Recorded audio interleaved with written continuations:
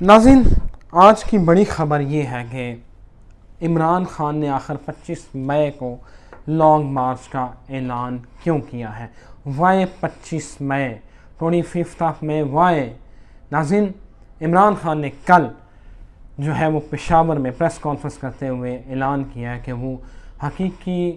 آزادی مارچ جو ہے وہ جو پاکستان کے دشمن ہیں ان سے آزادی دلانے کے لیے وہ 25 مارچ کو اسلام آباد کی طرف جو ہے وہ لانگ مارچ کرنے جا رہے ہیں، اور وہ پشاور سے اس مارچ کو جو ہے وہ کریں گے، لیڈ کریں گے۔ اور ناظرین، لیکن سب سے اہم بات اور سب سے اہم جو بات آپ کو بتانے جا رہا ہوں وہ یہ ہے کہ 25 مارچ کو ہی جو جج پروین سنگھ ہیں انہوں نے یاسین ملک کو سزا سنانی ہے۔ وہ یا تو لائف ٹائم جو ہے وہ عمر قید ہوگی یا ڈیتھ سینٹنس ہوگی۔ ناظرین، یہ خبر اب کی نہیں ہے کہ 25 مئی کو یاسین ملک کو جو ہے وہ سزائے موت سنائی جائے گی یا عمر قید۔ یہ آج سے 5 دن پہلے خبر آ چکی تھی، ڈیٹ بھی اناؤنس ہو چکی تھی کہ جج پروین سنگھ کب جو ہے یہ سزا سنانے جا رہی ہے یاسین ملک کو۔ تو جب اس ساری صورتحال میں عمران خان نے یہ 25 مئی کا انتخاب کیوں کیا؟ لازم اس کے پیچھے میں آپ کو وجہ بتاتا ہوں۔ وجہ یہ ہے، باخبر ذرائع اور بہت اتھینٹک سورسز وہ یہ بتاتے ہیں کہ مودی حکومت میں سے بڑے کاروباری حضرات جو ہیں انہوں نے برطانیہ میں مقیم جو ایکس پرائم منسٹر ہیں، سابق وزیر اعظم ہیں، ان کے دوستوں سے رابطہ کیا۔ انہوں نے کہا ہے کہ جناب معاملہ یہ ہے کہ 25 مئی کو یاسین ملک کو سزا سنائی جا رہی ہے۔ اب ہوگا یہ کہ پاکستان، اگر ظاہری بات ہے کشمیر ہمارا حصہ ہے، کشمیر ہم سے ہماری شارگ ہے، کشمیری ہمارے بھائی ہیں، تو انہوں نے کہا کہ اس سے توجہ ہٹانے کے لیے آپ ہماری مدد کریں۔ مودی نے یہ کچھ 4 بزنس مین جو ٹائکون ہیں انڈیا کے، ان کا ایک گروپ ہے، اس کو یہ ٹاسک دیا، اور انہوں نے یہ ملاقات ہوئی ہے پچھلے دنوں برطانیہ میں مقیم، ابھی 3 دن پہلے برطانیہ میں مقیم جو برطانوی جو ہے وہ شہری ہیں، اور وہ ایکس پرائم منسٹر کے بڑے قریبی جو ہے وہ ان سے تعلق ہے، بڑے روابط ہیں، ان سے انہوں نے کہا کہ یہ جو معاملہ ہے نا اس کو کسی طرح سے ہینڈل کریں۔ انہوں نے پھر عمران خان نے یہ اعلان کرنا تھا ملتان جلسے میں، لیکن وہ وہاں کیوں نہ ہوا۔ رپورٹرلی ذرائع یہ کہتے ہیں کہ کوئی ایک فون کال آیا اور انہوں نے کہا کہ ذرا کچھ تھوڑا سا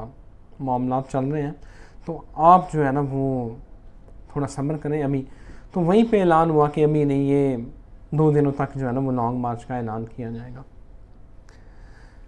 ناظرین، ان دوستوں نے کہا کہ جناب ایسے ہے کہ جب یہ اگر یاسین ملک کو سزا ہوتی ہے تو پاکستانی میڈیا کے اوپر، اخبارات میں، سوشل میڈیا، باقی ہر جگہ پہ یہ ایک سب سے بڑی خبر ہوگی جس کا بہرحال مودی حکومت کو نقصان ہوگا۔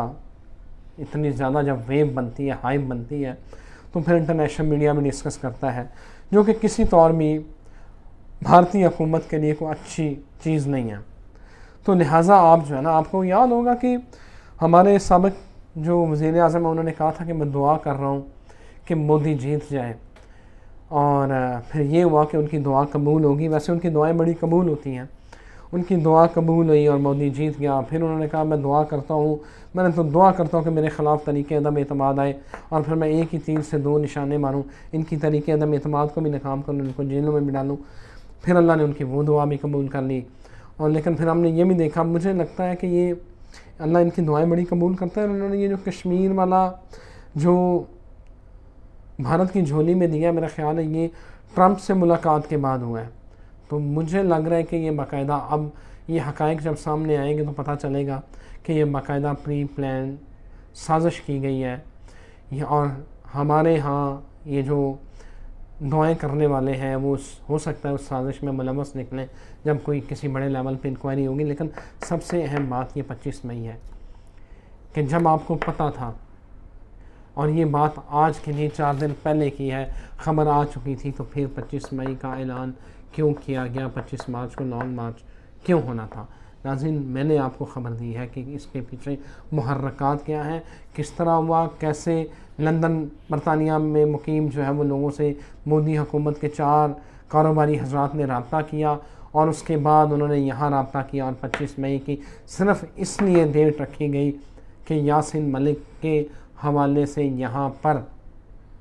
پاکستان میں کوئی مؤثر آواز میڈیا کے اوپر اس کو ڈائیورٹ کیا جائے، تاکہ مقابلے میں یہ لانگ مارچ چل رہا ہوگا، ہو سکتا ہے اب دیکھیں جس طرح یہ سوشل میڈیا کے اوپر بحث چل رہی ہے، اب میڈیا کے اوپر بھی آنا شروع ہو گیا، ہو سکتا ہے کہ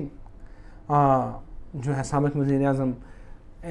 چینج کر دیں لانگ مارچ کی تاریخ کا، ایک آدھا دن اوپر نیچے کر دیں، لیکن فی الحال ایسا کوئی پلان نظر نہیں آ رہا۔ لیکن